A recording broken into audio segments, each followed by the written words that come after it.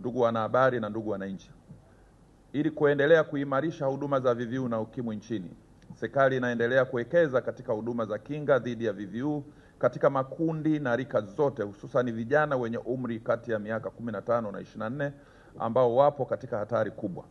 Kwa mujibu wa sensa ya watu na makazi ya mwaka 2022, takriban watu milioni 11.8 ni vijana wenye umri kati ya miaka 15 na 24.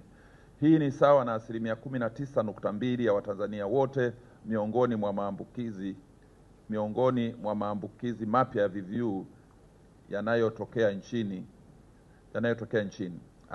Miongoni mwa maambukizi ya VVU yanayotokea nchini, 33% ya maambukizi hayo ni kundi hili la vijana wenye umri kati ya miaka 15 na 24.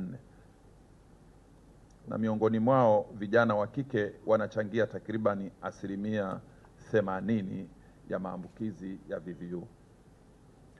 Katika kukabiliana na wimbi la vijana dhidi ya maambukizi mapya, serikali imeendelea kutoa elimu ya VVU na UKIMWI, upimaji, usambazaji kondom na elimu za shughuli za ujasiriamali kwa vijana waliopo shuleni, vyuoni na nje ya taasisi za elimu. Aidha, kwa wale waliobainika kuwa na maambukizi mapya, wameendelea kupewa huduma rafiki za matibabu na matunzo ili kuimarisha afya zao. Kwa wanafunzi waliopo katika taasisi za elimu nchini, klabu za vijana zimeanzishwa ili kutoa elimu ya VVU na UKIMWI pamoja na masuala ya uzazi. Hadi kufikia Novemba mwaka huu, zaidi ya vijana milioni 6 wamefikiwa na huduma hizo.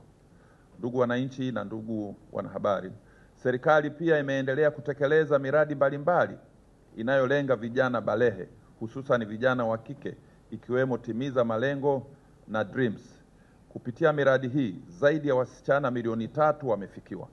Aidha, nachukua fursa hii kutoa rai kwa vijana wote nchini kuendelea kujikinga dhidi ya VVU na wadau wote nchini kutoa kipaumbele kwa vijana, hususan vijana wa vyuo vya elimu ya juu na waliopo nje ya shule na vyuo, ili kuwakinga dhidi ya maambukizi za VVU.